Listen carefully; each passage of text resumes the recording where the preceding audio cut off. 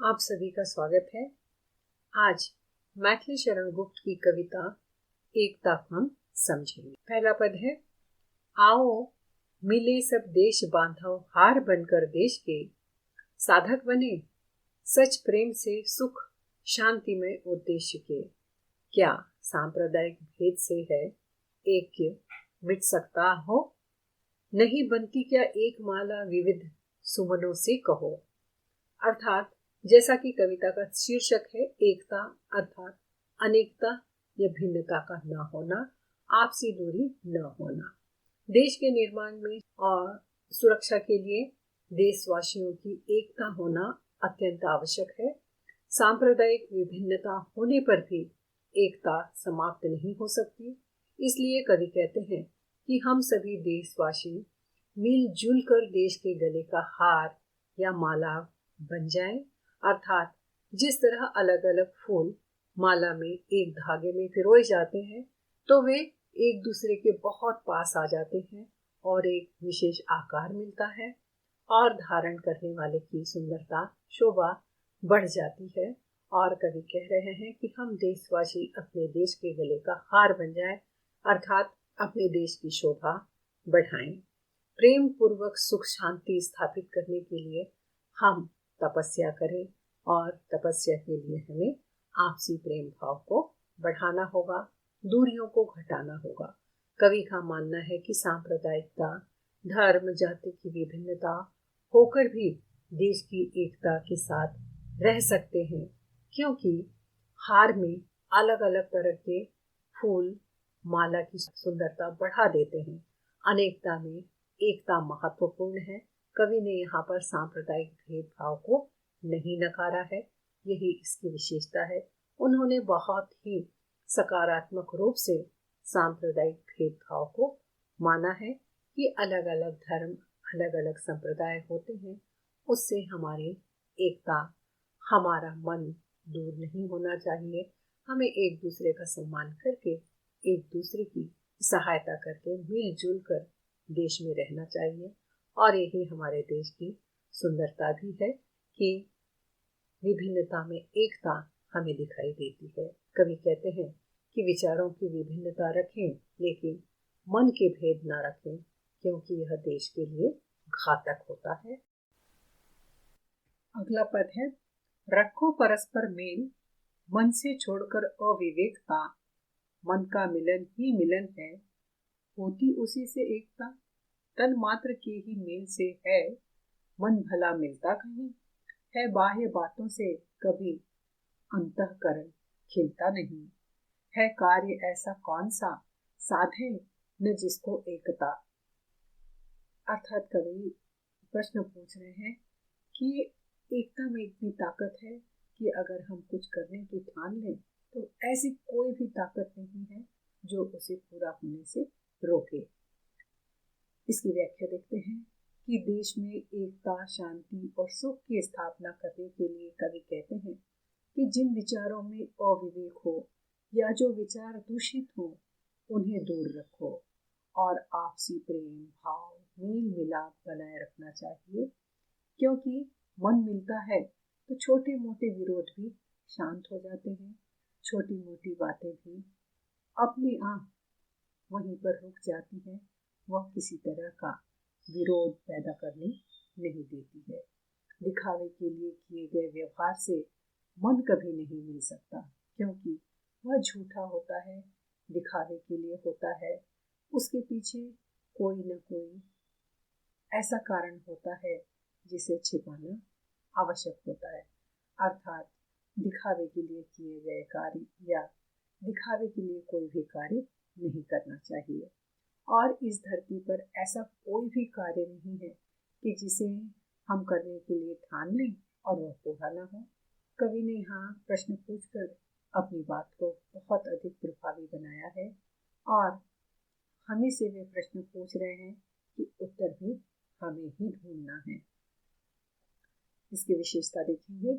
आपसी प्रेम को कवि ने एकता की सबसे बड़ी ताकत बताई है, जिससे सुख शांति की स्थापना होती है और जो शक्ति, समय, धन और ताकत हम दुश्मनी निभाने में या एक दूसरे से नफरत करने में लगा देते हैं, उसी ताकत को, उसी धन को, उसी समय को हम प्रकृति के कार्य में उपयोग कर सकते हैं।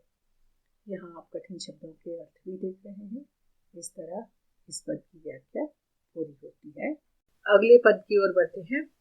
देती नहीं अद्भुत अलौकिक शक्ति किसको एकता, दो एक एकादश हुए, किसने नहीं देखे सुने।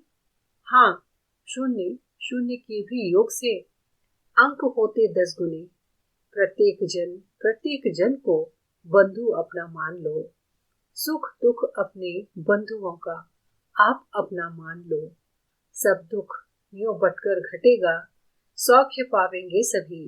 हाँ, शोक में भी सांत्वना के गीत गावेंगे सभी।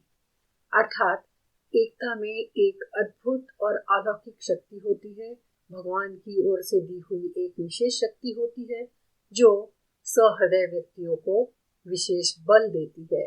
यहाँ कवि उदाहरण देकर कहते हैं कि एक और एक मिलकर 11 भी होते हैं, अन्यथा हम देखते हैं एक और एक मिलकर 2 ही होते हैं, लेकिन जब हम एकता की बात करते हैं तो वह एक और एक मिलकर 11 हो जाते हैं। और ये सभी जानते भी हैं कि एक और एक मिलने से 2 होता है, लेकिन बुद्धिमान सहृदय लोग इसे 11 देखते हैं। इतना ही नहीं, शून्य को अंक के सीधे हाथ तरफ लगा दिया जाए तो वह संख्या के मान को 10 गुना बढ़ा देता है। अर्थात जो शांति की स्थापना करना चाहते हैं वह छोटी संख्याओं और शून्य का महत्व अच्छी तरह जानते हैं कि अधिक संख्या होना या शून्य भी बहुत महत्वपूर्ण है। अर्थात एकता के लिए हर छोटे बड़े हर वर्ग के व्यक्ति को साथ होना, प्रेम पूर्वक होना, मिलजुल कर होना बहुत जरूरी है। इसलिए छोटे बड़े सभी को अपना भाई मान लो, सुख दुख आपस में बांट लो, जिससे दुख कम होगा और सुख बढ़ेगा। दुख में धीरज बांधने के लिए सांत्वना के गीत घावों पर मरहम लगाने का काम करेगा। इस प्रकार कवि ने बताया है कि यह एकता किस प्रकार हमारे दुखों को दूर करती है और दुख में जो हम शक्ति का हास करते हैं वह किस प्रकार रोका जा सकता है। विशेषता देखते हैं, आपसी मेलजोल की ताकत पर कवि ने जोर दिया है और यह भी बताया है कि इससे सभी के दुख कम होंगे और पूरा देश शक्ति बनकर ऊपर आएगा। आपसी भेदभाव का फायदा दुश्मन उठा लेते हैं, इसलिए इससे हमें बचना होगा। अब हम अगला पद देखेंगे। अनुदारता दर्शन हमारे दूर सब अविवेक हों, जितने अधिक हो तन भले मन हमारे एक हों, आचार में कुछ भेद हो पर प्रेम हो व्यवहार में, देखें हमें फिर कौन सुख मिलता नहीं संसार में। भगवान कहते हैं स्वयं ही, भेद भावों को तजी, है रूप मेरा ही, मुझे जो सर्वभूतों में भजे, जो जानता सबने मुझे, सबको मुझी में जानता, है मानता मुझको वही, मैं भी उसी को मानता। अर्थात कवि कहते हैं कि संकीर्णता, दूषित विचार हमारे देश का दर्शन या सोच नहीं है। इसे हमें अपने स्वभाव से दूर कर देना चाहिए। हमें तो यह सोचना चाहिए कि हम संख्या में जितने ज्यादा होंगे हमारी ताकत उतनी अधिक होगी। जैसे एक उंगली से अधिक ताकत हमारी मुट्ठी में होती है। हमारे विचारों में असमानता हो तो कोई बात नहीं, लेकिन आपसी प्रेम और व्यवहार बना रहना चाहिए। अगर हम इसी तरह मिलजुल कर रहते हैं तो देखना हमें सारे सुख मिलेंगे। ऐसे कोई भी सुख इस धरती पर नहीं है कि हम मिलजुल कर रहें और वे हमें न मिल सके। हमारे तो भगवान ने भी प्रेम का संदेश दिया है कि मैं हर जगह और हर व्यक्ति में हूँ। मुझे चाहते हो तो सभी से प्रेम करो। जो मुझे सब जगह देखता है मुझको सब में देखता है, और जो सबको प्रेम करता है उसे मैं भी प्रेम करता हूँ। विशेषता है कि भगवान की सच्ची पूजा सभी से प्रेम करना है। दिखावे के लिए मंदिर तीर्थ स्थान जाना व्यर्थ है अगर आप आसपास के लोगों से प्यार नहीं करते। तो यहाँ पर यह इसकी विशेषता और व्याख्या पूरी होती है। आप यहाँ शब्दार्थ भी देख रहे हैं। अब हम अगली पाठ्य सामग्री की ओर आगे बढ़ते हैं कि आपको प्रश्न पत्र में पहला प्रश्न आता है। निम्नलिखित प्रश्नों के उत्तर एक शब्द या वाक्यांश में लिखिए। जिसके लिए यहाँ पर इस कविता पर आधारित कुछ प्रश्न मैंने तैयार किए हैं और जिनके उत्तर भी लिखे हैं, और यह प्रश्न उत्तर आपको सारांश लिखने में भी सहायता करेंगे और ससंदर्भ व्याख्या करने में भी सहायता करेंगे। और यहाँ आपको इन प्रश्नों के उत्तर एक शब्द में ही लिखने होते हैं, इस बात का आपको ध्यान रखना है। और इसके बाद हम अगले चरण में पहुंचते हैं। दूसरा प्रश्न आता है ससंदर्भ व्याख्या कीजिए। आपको पूरी किताब में से 3 प्रश्न दिए जाएंगे जिनमें से आपको ससंदर्भ व्याख्या करनी होती है। यहाँ आप वीडियो के पहले भाग का सहारा ले सकते हैं। और तीसरा प्रश्न आता है कविता का सारांश लिखकर उसकी विशेषताओं पर प्रकाश डालिए।